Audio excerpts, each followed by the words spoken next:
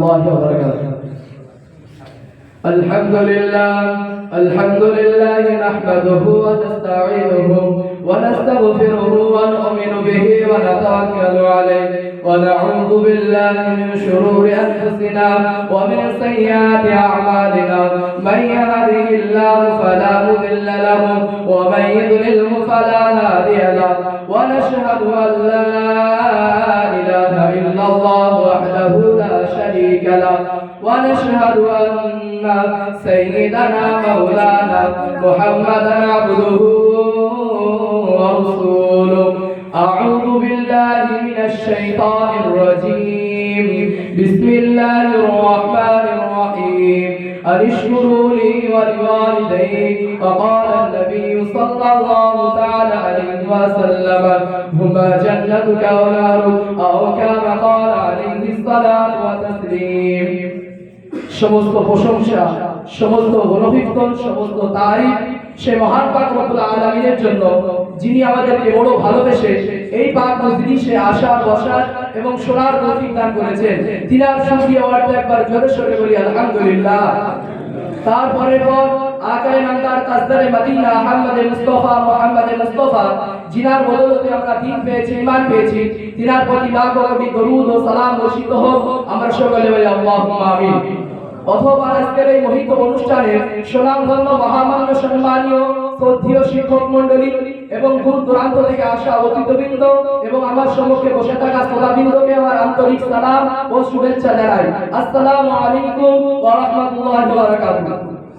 আজকের এই অনুষ্ঠানে আলোচ্য বিষয় পিতামাতার হক তথা অধিকার সম্পর্কে কোরআন ও হাদিসের দ্বারা কিছু আলোকপাত করতে চাই। কোরআন ও হাদিসের দ্বারা কিছু আলোকপাত করবার আরম্ভে মহানবী সাল্লাল্লাহু আলাইহি ওয়াসাল্লামের অমূল্যবান হাদিস পড়ে যায়। ইবনে মাজাহ শরীফের হাদিসে বর্ণিত আছে যে হযরত উমামা রাদিয়াল্লাহু তাআলা পুত্র বর্ণনা করেন, ইন্না রাসূলাল্লাহ ক্বালা ইয়া রাসূলুল্লাহ সাল্লাল্লাহু আলাইহি ওয়াসাল্লাম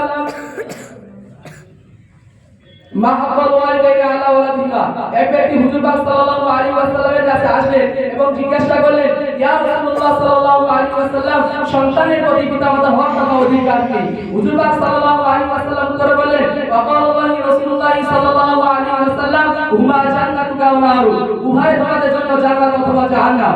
আমরা যদি পিতামাতার সাথে ভালো ব্যবহার করি, আল্লাহ পাক রব্বুল আলামিন জান্নাত নামক স্থান দেবেন, এবং আমরা যদি পিতামাতার সাথে খারাপ ব্যবহার করি, আল্লাহ পাক রব্বুল আলামিন জাহান্নাম নামক স্থান দেবেন।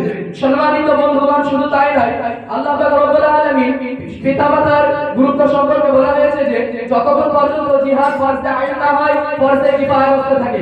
এইরূপ ভাবে বুখারী শরীফে হাদিসে বর্ণিত আছে যে হযরত আব্দুল্লাহ ইবনে ওমর রাদিয়াল্লাহু তাআলা পুরো বর্ণনা করেন, যা রাসূলুল্লাহ সাল্লাল্লাহু আলাইহি ওয়াসাল্লাম ইন্নী উরিদুল জিহাদ। এক ব্যক্তি হুজুর পাক সাল্লাল্লাহু আলাইহি ওয়াসাল্লামের কাছে আসলেন এবং জিহাদের অনুমতি চাইলেন। হুজুর পাক সাল্লাল্লাহু আলাইহি ওয়াসাল্লাম বললেন, ওয়াকাল্লাহু রাসূলুল্লাহ সাল্লাল্লাহু আলাইহি ওয়াসাল্লাম আওয়াইনা আবই, তোমার পিতামাতা জীবিত আছে কিনা?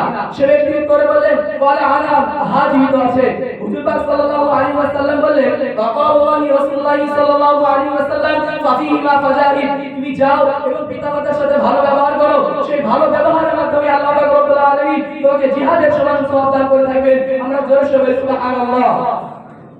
সম্মানিত বন্ধুগণ, শুধু তাই নয়, আল্লাহ পাক রব্বুল আলামিন সূরা লোকমানের 14 নম্বর আয়াতে বলেছেন, আনিশকুরুনি ওয়া লিওয়ালিদাই, তোমরা আমার কৃতজ্ঞতা এবং শুকরিয়া আদায় করো এবং তোমার পিতামাতার সাথে ভালো ব্যবহার করো। উল্লেখিত আয়াত দ্বারা প্রমাণিত হয় যে আল্লাহ পাক রব্বুল আলামিনের ইবাদতের পর পিতামাতার সাথে ভালো ব্যবহার করা একান্ত দায়িত্ব। একসময় বিশ্বনবী সাল্লাল্লাহু আলাইহি ওয়াসাল্লাম মসজিদে নববীতে বসে আছেন। এমন অবস্থায় এক বৃদ্ধা মহিলা হুজুর পাক সাল্লাল্লাহু আলাইহি ওয়াসাল্লামের কাছে আসলেন। হুজুর পাক সাল্লাল্লাহু আলাইহি ওয়াসাল্লাম সেই বৃদ্ধা মহিলাকে দেখে দাঁড়িয়ে গেলেন এবং হুজুর পাক সাল্লাল্লাহু আলাইহি ওয়াসাল্লামের গায়ে যে চাদর মুবারকটি ছিল, সেই চাদর মুবারকটি হুজুর পাক সাল্লাল্লাহু আলাইহি ওয়াসাল্লাম সেই বৃদ্ধা মহিলার জন্য পেড়ে দিলেন। পেড়ে দেওয়ার পর সেই বৃদ্ধা মহিলার সঙ্গে বিশ্বনবী সাল্লাল্লাহু আলাইহি ওয়াসাল্লাম কথাবার্তা বললেন। কথাবার্তা বলার পর যখন ওই বৃদ্ধা মহিলা চলে যাচ্ছেন, তখন বিশ্বনবী সাল্লাল্লাহু আলাইহি ওয়াসাল্লাম আবার উঠে দাঁড়িয়ে গেলেন। তখন ওই বৃদ্ধা মহিলা যখন চলে গেল, তখন বিশ্বনবী সাল্লাল্লাহু আলাইহি ওয়াসাল্লামের সাহাবীরা বলছে, হে আমার রাসূল, আপনি ওই ব্যক্তিকে এত কেন সম্মান করলেন? তখন হুজুর পাক সাল্লাল্লাহু আলাইহি ওয়াসাল্লাম বললেন, ইনি হচ্ছেন আমার দুধমা হালিমা, ইনি হচ্ছে আমাকে ছোট থেকে লালন পালন করেছিল, ইনি হচ্ছে আমাকে ছোট থেকে বড় করেছিল, সেই জন্য আমি এত সম্মান করলাম। বিশ্বনবী সাল্লাল্লাহু আলাইহি ওয়াসাল্লাম পিতামাতার এত সম্মান করে আমরা কেন পিতামাতাকে সম্মান করব না? আল্লাহ রাব্বুল আলামিন সূরা বানী ইসরাঈলে 23 এবং 24 নম্বর আয়াতে সন্তানের প্রতি কতিপয় ও ইতিবাচক ভূমিকা গঠনের নির্দেশ দিয়েছেন। প্রথম নম্বর নির্দেশ হচ্ছে লা তা'বুদু ইল্লা ইয়্যাহু ওয়া বিল ওয়ালিদাইনি ইহসানা। তোমরা আমার উপাসনা করো এবং পিতামাতার সাথে ভালো ব্যবহার করো। দ্বিতীয় নম্বর নির্দেশ দিয়েছেন ফালা তাকুল লাহুমা উফিন, পিতামাতার সাথে এমন কথা বলো না যার দ্বারা পিতামাতা উল্ট শব্দ পাবে। তৃতীয় নম্বর নির্দেশ দিয়েছেন লা তানহার, তাদেরকে ধমকাবে না। চতুর্থ নম্বর নির্দেশ দিয়েছেন কুল লাহুমা কওলান কারীমা, পিতামাতার সাথে যখন কথা বলবে নরম আওয়াজে কথা বলবে। পঞ্চম নম্বর নির্দেশ দিয়েছেন পিতামাতার জন্য মহান স্রষ্টার কাছে দুই হাত তুলে দোয়া করা। তাই আমরা পিতামাতার জন্য দুই হাত তুলে মহান স্রষ্টার কাছে দোয়া করব এবং পিতামাতাকে আমরা কখনো গালি দেব না এবং পিতামাতার সাথে আমরা কখনো ধমকাবো না। এই বলে আমার বক্তব্য ইতি করছি। ওয়া আখিরু দাওয়ানা আলহামদুলিল্লাহি রাব্বিল আলামিন। আসসালামু আলাইকুম ওয়া রাহমাতুল্লাহ।